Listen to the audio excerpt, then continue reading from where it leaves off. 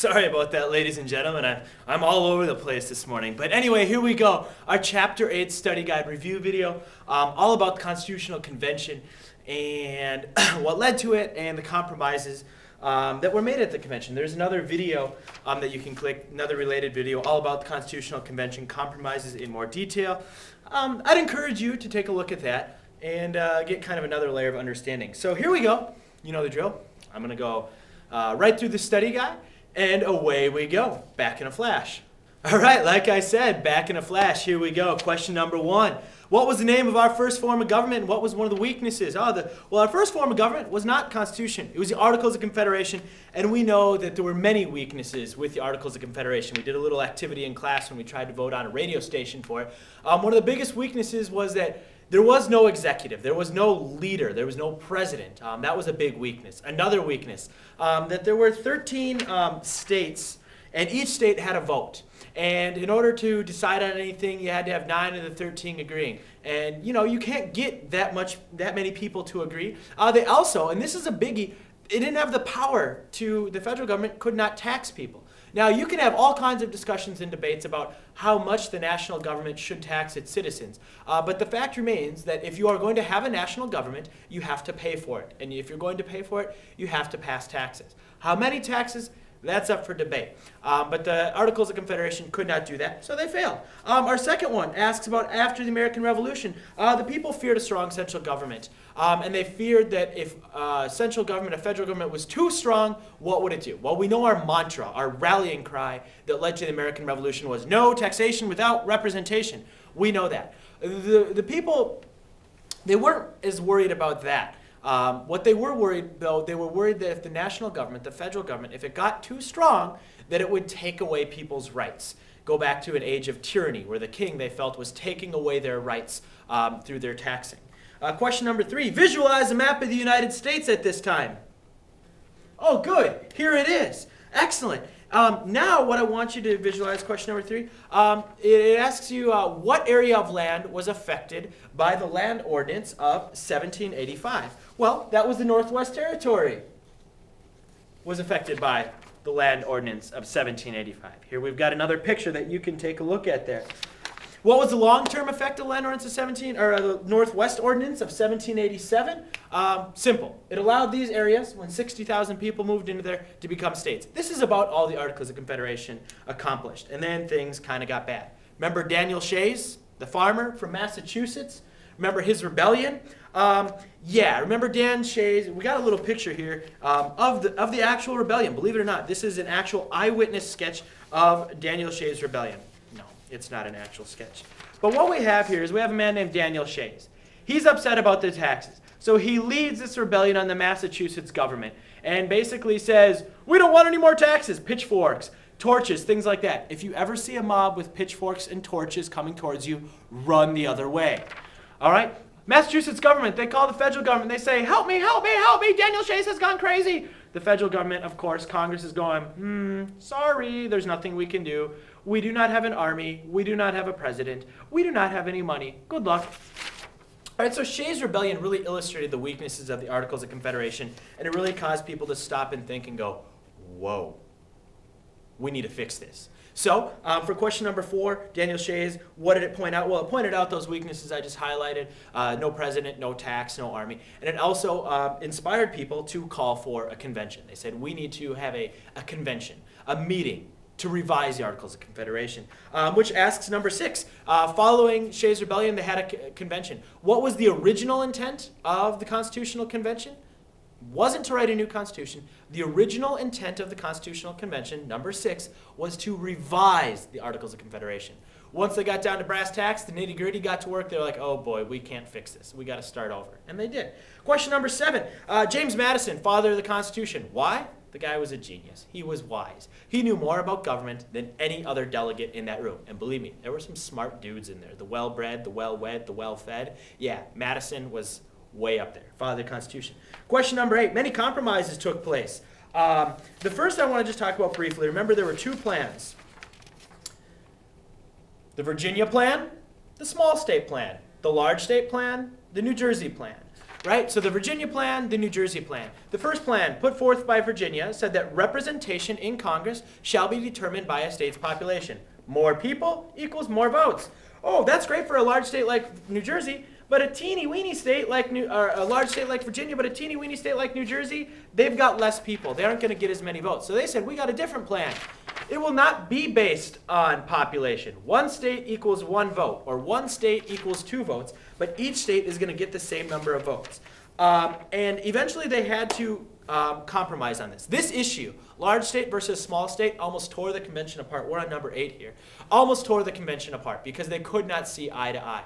Of course, we know that Roger Sherman of Connecticut, he eventually was able to come with a compromise. The Great Compromise, where they essentially combined both of those plans. More on that in a second.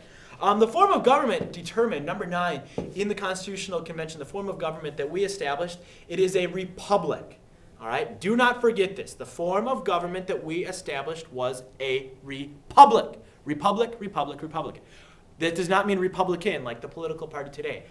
If you look at the root word of republic, you see the first 3 letters are rep. A good way to remember this is rep, representative. We vote for people to make laws for us. We do not vote on laws ourselves. We discussed this in class. We vote for people. They go and make the laws for us. They are our representative. They are our voice. We are a republic. All right? That is the form of government. Number 9. Question number 10. The New Jersey plan, the Virginia plan, you know, the large state and the small state plan. 2 pretty different plans, but they did have something in common. Both of them called for a 3-branch government, an executive branch to be led by an executive, the president, legislative branch to be led by a Congress, for example, and then a judicial branch, a courts branch. 3 branches. One of them, the legislative branch, makes the laws. The other, the executive branch, enforces the laws, and then the judicial branch, the 3rd branch, interprets the laws. We'll get more into that later, but basically no one person, no one group has all of the power. Number 11, Roger Sherman proposed the Great Compromise. What is it? Well, let's take a look at it.